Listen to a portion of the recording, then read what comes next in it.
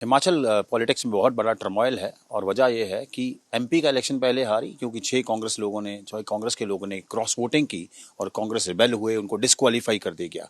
हमारे साथ वो चेहरा है जिन्होंने एक समय पे प्रेम कुमार धूमल को हरा दिया था, जो चीफ मिनिस्टर फेस थे। और इस बार भी ये जो पूरा जो घमासान है कांग्रेस के बीच में बचा हुआ, उसमें एक बहुत बड़ी फोर्स है। हमारे साथ हैं कांग्रेस रिबेल राजेंद्र राणा। राणा जी, आपने एमपी तो बीजेपी का बनवा दिया, लेकिन आप एमएलए नहीं रहे, डिस्क्वालीफाई कर दिया आपको। ये जबरदस्ती है, फोर्सफुली है। जहां तक राज्यसभा सांसद का प्रश्न है, हमने हिमाचल प्रदेश के व्यक्ति को वोट डाला, हिमाचलियत की बात करी, हिमाचल के स्वाभिमान की बात करी। मैं ये कह रहा हूं कि हिमाचल प्रदेश एक बहुत ही छोटा सा पहाड़ी और खूबसूरत सुंदर सा राज्य है। 3 राज्यसभा के सांसद हिमाचल प्रदेश से जाते हैं। कांग्रेस पार्टी के बहुत सारे ऐसे कार्यकर्ता हैं, पढ़े लिखे हैं, जिन लोगों ने कांग्रेस के लिए बहुत सारे सेक्रीफाइसेस किए हैं। हमने सिर्फ इतना कहा कि हिमाचल प्रदेश का कोई भी व्यक्ति, कोई भी कार्यकर्ता या कोई बड़ा चेहरा जो चुनाव हार गए हैं, चाहे आशा कुमारी हैं, चाहे रामलाल जी हैं, चाहे कौल सिंह जी हैं, ऐसे व्यक्ति को या किसी और व्यक्ति को जिसने पार्टी के लिए सेक्रीफाइस किया, उसको सांसद का आप टिकट देते राज्यसभा का, उसको दिल्ली भेजते, जो कि हिमाचल के सेंटीमेंट्स को समझता। हमने हिमाचल प्रदेश के स्वाभिमान की बात करी है, और जब हिमाचल प्रदेश के स्वाभिमान की बात, मेरे अपने चुनाव क्षेत्र के स्वाभिमान की बात आएगी, तो मैं किसी भी बात को लेकर कोई समझौता नहीं करूंगा।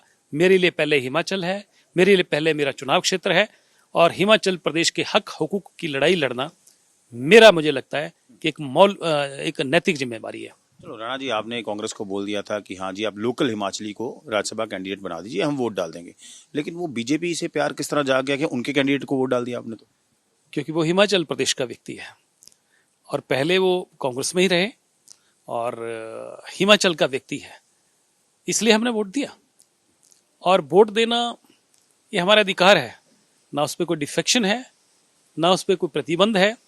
और जो हमें अच्छा लगा, हमें भी लोग वोट डालते हैं, जो हमें अच्छा लगता हम डालते हैं, हमें डालते हैं लोग जी। आपने हर्ष महाजन जी का साथ दिया है कि बीजेपी का साथ दिया है? मैंने हर्ष महाजन का साथ दिया है, और मैं कांग्रेस पार्टी के प्रदेश की अध्यक्षा, प्रदेश के अलावा दिल्ली हाईकमान को लगातार मैं अप्राइज कराता रहा। मेरे बाकी के साथी भी मिलते रहे, अप्राइज कराते रहे, बताते रहे कि प्रदेश के मुख्यमंत्री का व्यवहार, रवैया विधायकों के प्रति ठीक नहीं है। क्या प्रॉब्लम क्या हुई आपकी? सुखविंदर सुक्खू से क्या प्रॉब्लम हुई? आप पिछले 4 दिन से ललित होटल में बैठे हैं, 6 कांग्रेस के एमएलए जो रिबेल थे, जो डिस्क्वालीफाइड हैं, अब प्रॉब्लम क्या हुई आपकी कांग्रेस सरकार से, सुक्खू जी से? देखिए, हम लोगों को लोगों ने चुना है और हमारी भी कुछ कमिटमेंट्स हैं। प्रदेश की कांग्रेस पार्टी ने भी कुछ वायदे किए हैं, कुछ गारंटियां दी हैं।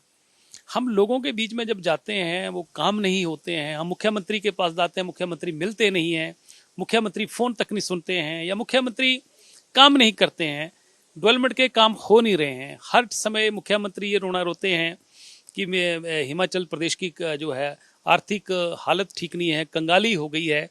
तो आपने कमिटमेंट करी है, आपने हर वर्ष 1 लाख नौजवानों को नौकरी देने की बात करी है, आपने 18 से 60 साल की महिलाओं को 1500 रुपए देने की बात करी है, आपने 300 यूनिट बिजली का फ्री देने की बात की है। इसके अलावा भी चुनाव क्षेत्र में कुछ विकास के काम होते हैं। जब काम नहीं होंगे और आप हर बार झूठ बोलेंगे, और ये सरकार जो है, ये चुने हुए एमएलए की तो बनी नहीं, ये तो सरकार को चलाने वाले तो हमारे मुख्यमंत्री के मित्र हैं। जो कमरे मंत्रियों को एलोकेट होते हैं, अलॉट होते हैं, वो कमरे तो इनके मित्रों को दिए गए हैं। और कितनी फौज, ओएसडी, एडवाइजरों की फौज खड़ी कर दी है। इतना तो मेरे ख्याल यूपी में नहीं होंगे जितने एडवाइजर, और दूसरी तरफ से रोना रोड़ा के फाइनेंशियल क्रंच है। तो मुझे लग रहा है कि बार बार ह्यूमिलेट करना, बार बार जलालत देना, हम हिमाचल प्रदेश के लोग हैं, हम राजनीति से संन्यास लेके घर बैठना पसंद करेंगे, परंतु अपने चुनाव क्षेत्र की जनता और सुजानपुर की जनता के अलावा हिमाचल की जनता के साथ जो है, इस स्वाभिमान के साथ कोई समझौता नहीं करेंगे। इनके साथ कोई भी कोई धोखा करने की कोशिश करेगा, हम उसके साथ नहीं चलेंगे। चलो, घर तो आपको बिठा दिया उन्होंने, एक्स एमएलए बना दिया आप लोगों को।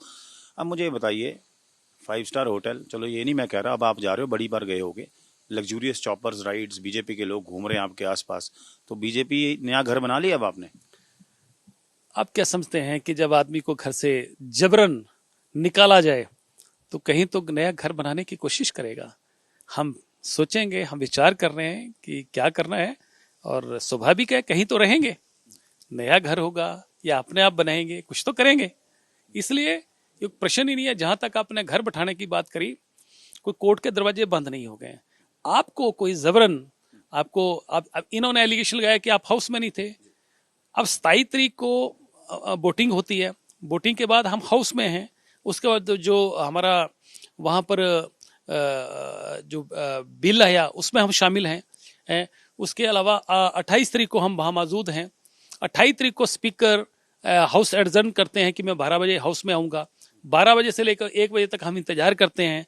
ना हाउस में आके ये बताते हैं कि भाई 2 बजे आपका सेशन होगा। 2:05 पर किसी को पता नहीं होता है। हाउस में आते हैं और बजट का जो बिल है उसको पास करके हाउस जो है, जो 29 तारीख को शाम को एडजर्न होना था, वो 28 तारीख को एडजर्न कर देते हैं। और जबरन किसी को सुने बगैर, किसी की दलील अपील सुने बिना उसको आप सजा दे देते हैं। ये ऐसा थोड़ी होता है। आफ्टर ऑल कोई संविधान है, कोई कानून है, तो इन्होंने जबरन निकाला है। कोई हमें कोई इसके कोर्ट के दरवाजे थोड़ी बंद हो गए कि कोर्ट ने तो कोई ऐसा फैसला नहीं दिया है। कोर्ट में आपने चैलेंज कर दिया इसको चैलेंज कर रहे हैं और आज ही हम लोग वकालतनामा साफ करके हम सुप्रीम कोर्ट में जाएंगे। तो अगर राहत नहीं मिलती है, चलो हाइपोथेटिकल है, अगर राहत नहीं मिलती है तो फिर कांग्रेस तो टिकट देगी नहीं, तो बीजेपी से मिल जाएगी टिकट। देखिए, कांग्रेस की टिकट लेगा कौन? आज कांग्रेस की हालत पूरे देश में जैसे ताश के पत्ते बिखरते हैं उसकी तरह है, और हिमाचल प्रदेश में तो उससे भी तेजी से बिखर रही है। आज 9 एमएलए यहाँ बैठे हैं, बाकी के एमएलए संपर्क कर रहे हैं कि हम आना चाहते हैं, हम भी यहाँ पर घुट चुके हैं। कांग्रेस का वजूद कोई नहीं बचा है और मुख्यमंत्री एक तानाशाह बन गए हैं। जिन जिन लोगों ने, जो लोग यहाँ बैठे हैं, चाहे इंडिपेंडेंट तो कोई कांग्रेस के नहीं है ना, वो तो इंडिपेंडेंट है। उनके घरों में रेड हो रही है, उनके बिजनेस प्रेमिसेस पे रेड हो रही है। 200 पुलिस के लोग भेज रहे हैं। उनके जो क्रशर थे उनको बंद कर दिया गया। और मेरे तो पीएसओ के घर में भी, पीएसओ विड्रॉ हुए, कर लो विड्रॉ आप, हमें कोई प्रॉब्लम नहीं है, तो उनके घरों में पुलिस भेज दी। तो इस तरीके से दबाव की, पुलिस के बल की जो राजनीति करने की कोशिश कर रही है। और मैं आपके माध्यम से जरूर कहना चाहता हूं कि हिमाचल प्रदेश एक शांति प्रिय प्रदेश है, और प्रदेश के कुछ अधिकारीगण अगर अति उत्साह में सरकार के आदेश पर कोई गलत काम करने की कोशिश करेंगे तो मुझे लग रहा है कि समय बड़ी जल्दी से बदल रहा है, और ये सरकार चंद घंटों की और चंद दिनों की है। तो सरकार तो गिर रही है, इसमें गिर रही है। आपको निकाल दिया, 3 और एमएलए आ रहे हैं आपके साथ। मैंने कहा कि 7 से 9 एमएलए लगातार संपर्क कर रहे हैं कि हम लोग आना चाहते हैं, हम लोग यहाँ नहीं रहना चाहते हैं। घुटन है, कांग्रेस का जहाज पूरी तरह डूब चुका है, और ये 7 नहीं, बहुत सारे एमएलए और भी आने वाले हैं। गिरा देंगे सरकार आप। देखिए, ये समय बताएगा, पर मैंने कहा ये चंद घंटों की और चंद दिनों की सरकार है। कहते हैं विक्रमादित्य जी आपको मनाने आए थे, फिर आप माने लग नहीं रहे मुझे। देखिए ना, विक्रमादित्य जी हमें मनाने नहीं आए थे। विक्रमादित्य जी के साथ तो जो मुख्यमंत्री ने व्यवहार किया है, उस परिवार के साथ, जिस परिवार ने, जिस राजा वीरभद्र सिंह ने 6 बार प्रदेश का नेतृत्व किया, प्रदेश को बुलंदियों तक कर ले गए, 1-1.25 साल से उस परिवार को ह्यूमिलेट किया जा रहा है। इसके अलावा जो राजा वीरभद्र जी के साथ उनके समर्थक जुड़े रहे, हमारे जैसे लोग, उनको ह्यूमिलेट और जलील किया गया। तो ऐसे में कौन इन लोगों के साथ रहेगा? हमने हाईकमान को भी कहा था कि प्रदेश का, हालांकि मेरी कोई दुश्मनी नहीं है सुक्खू जी के साथ, हमारे मतभेद हैं। जिस तरीके से आइडियोलॉजी की है कि वो जिस तरीके से काम करते हैं, उस तरीके से प्रदेश जो है वो फॉरवर्ड गियर में गाड़ी जानी चाहिए, वो बैक गियर में चल रही है। तो अब मुझे बताइए, ये कांग्रेस रिबेल कैंप बन गया है ललित होटल, तो विक्रमादित्य इस कैंप का हिस्सा है? देखिए, विक्रमादित्य जी ने फैसला करना है। वो हमारे साथ यहाँ पर 16 घंटे रह के गए हैं। अब वो दिल्ली गए हैं, ये तो फैसला उन्होंने करना है, ये तो फैसला हम नहीं करेंगे। परंतु हम 9 इकट्ठे हैं, और मुख्यमंत्री बहुत झूठ बोलते हैं और बार बार मीडिया में एक चीज फैलाने की कोशिश कर रहे हैं कि भाई कुछ एमएलए जो हैं वो मेरे संपर्क में हैं, वापस आना चाहते हैं। ये सरासर सफेद झूठ है। और ये भी उन्होंने सफेद झूठ बोला कि विक्रमादित्य मुझे पूछ के गए हैं, ऐसा कुछ नहीं है, ना कोई ऐसी बात हुई है। मुझे लग रहा है कि मुख्यमंत्री जिस तरीके से एरोगेंट हो गए हैं, जिस तरीके से एमएलए को प्रताड़ित करने के लिए जिस तरीके से छोटे हथकंडे अपना रहे हैं, जगह जगह अपने समर्थकों को भेजकर पुतले जलाने की कोशिश कर रहे हैं। मैंने कहा कि जिन लोगों ने हिमाचल प्रदेश के स्वाभिमान के साथ कोई समझौता नहीं किया है वो गद्दार हो गए, और जिन्होंने हिमाचल प्रदेश के स्वाभिमान को बेचने की कोशिश करी वो साधु बन गए, और जिन लोगों ने हिमाचल प्रदेश के नौजवानों की लड़ाई लड़ी वो गद्दार हो गए, और जिन्होंने हिमाचल प्रदेश के नौजवानों के हित जो थे उनको गिरवी रखा, उनके साथ धोखा किया, वो साधु और सन्यासी बन गए। फैसला तो जनता करती है, किसी के कहने से गद्दार, किसी के कहने से सपेरे या सांप ऐसा नहीं होता है। जिस तरीके से भाषा मुख्यमंत्री उतराए हैं करने पे, ये क्यों नहीं महसूस कर रहे हैं, ये इस बात को वो अपने गिरेबान में झांक के क्यों नहीं देख रहे हैं कि बार बार उनको बोलने के बाद, बार बार हाईकमान को बोलने के बाद, और हाईकमान के द्वारा भी मुख्यमंत्री को बोलने के बाद भी उन्होंने अपने आप में कोई सुधार नहीं लाया और एक तानाशाह की तरह एक अपना रवैया कर दिया। ऐसा नहीं होता। हम भी चुनकर आए हैं, हम भी एमएलए हैं, वो भी एमएलए हैं, और एमएलए की वजह से वो मुख्यमंत्री हैं। वो कहते हैं 5 साल सरकार चलेगी पूरा। देखिए, वो तो ये भी कह रहे थे कि जब राज्यसभा का चुनाव था कि हम 43 वोट लेके राज्यसभा में हमारा सांसद जाएगा, तो वो भी यही बोल रहे थे। आज वो बोल रहे हैं कि 5 साल चलेगी, तो बोलते रहें, ये तो समय बताएगा कि क्या होगा। तो विक्रमादित्य जी चले गए, यहाँ से दिल्ली चले गए, कब शामिल हो रहे हैं आप लोग बीजेपी में? देखिए, ये तो समय बताएगा, अभी मंथन चल रहा है। जब शामिल होंगे तो निश्चित तौर पर आपको पक्का मैं टेलीफोन करके बताऊंगा कि हम शामिल हो रहे हैं। वो तो सीएम के साथ बैठ के, ऑब्जर्वर के साथ बैठ के विक्रमादित्य जी ने, उनके मदर ने प्रेस कॉन्फ्रेंस करके बोला कि सब ठीक है यहाँ पर, उसके बाद वो यहाँ आ जाते हैं। देखिए, ये प्रश्न तो आप उन्हीं से कर सकते हैं, परंतु ये मैं जरूर कह सकता हूँ कि विक्रमादित्य जी ने प्रेस कॉन्फ्रेंस के माध्यम से अपने दिल का जो दर्द है वो उनका झलका था कि जिस उनके फादर ने, जिन्होंने 6 बार प्रदेश का नेतृत्व किया, उनके लिए 2 गज जमीन देने के लिए भी मुख्यमंत्री का दिल छोटा हो रहा है, तो आप समझ सकते हैं कि कितनी जलालत उन लोगों ने सही होगी। और दूसरा, मैं कहना चाहता हूं कि मुख्यमंत्री जब कोई आदमी बन जाता है उसको दिल भी बड़ा कर लेना चाहिए। एक चिड़ी, एक छोटा सा पक्षी होता है, चिड़िया की तरह अपना दिल छोटा नहीं करना चाहिए।